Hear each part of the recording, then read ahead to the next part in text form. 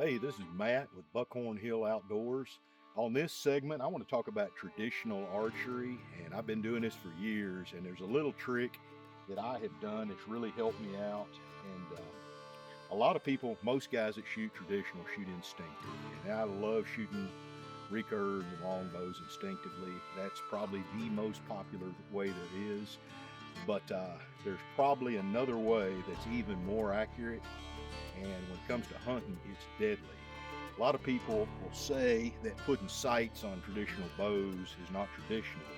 But you know, they were doing that back in the 1930s, 1940s, 50s, and 60s.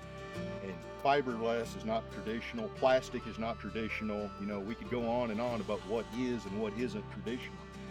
And I'm not here to say that one is right, one's wrong. This is a little hack I've done. It's worked really good for me.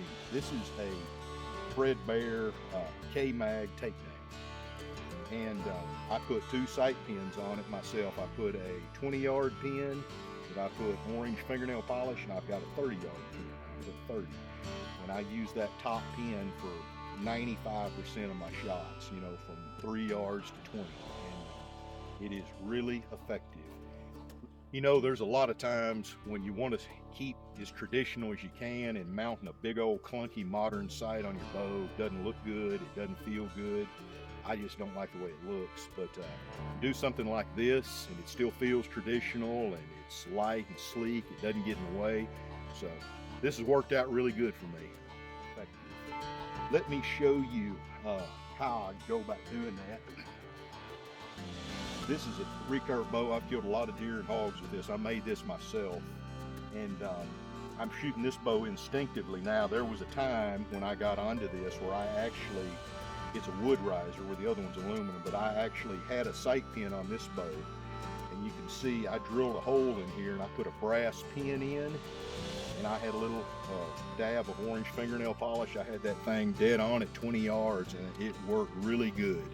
Over time, I went back to shooting instinctively because I do also like doing that, and ground that off so you can still see it's still there. But the best way, if you want to do that, if you've got a recurve bow, is take you a match. You can take 2 matchsticks, but the simplest way is take you some duct tape.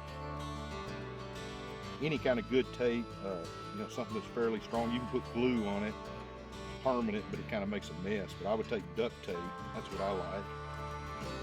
And you can position that matchstick on the front of your riser and move it around just like you're sighting in a regular bow. And you know, that's kind of a jerry-rigged way to do that. But you can see, I don't know if the camera's getting that, but you can see that matchstick. And you can say, hey, I want that pin at 10 yards, or I want it at 20 yards.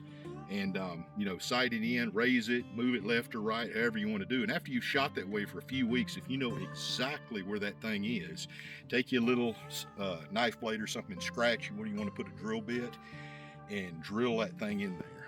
And the only drawback to this, and it really doesn't matter up close, I've shot lots of stuff up close and it doesn't matter, but if you're going to cant your bow, this doesn't work as much because, you know, your bow needs to be shot vertically.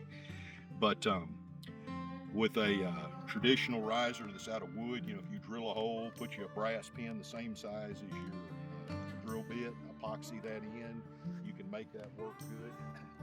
This aluminum riser here, what I did, and I can't remember exactly what that was, but I did the same thing with a matchstick, marked my 20-yard pin, marked my 30, and then I got some screws, and I tapped those screws, drill these holes, tap these holes out with the same thread that the screws would be, and screwed these in.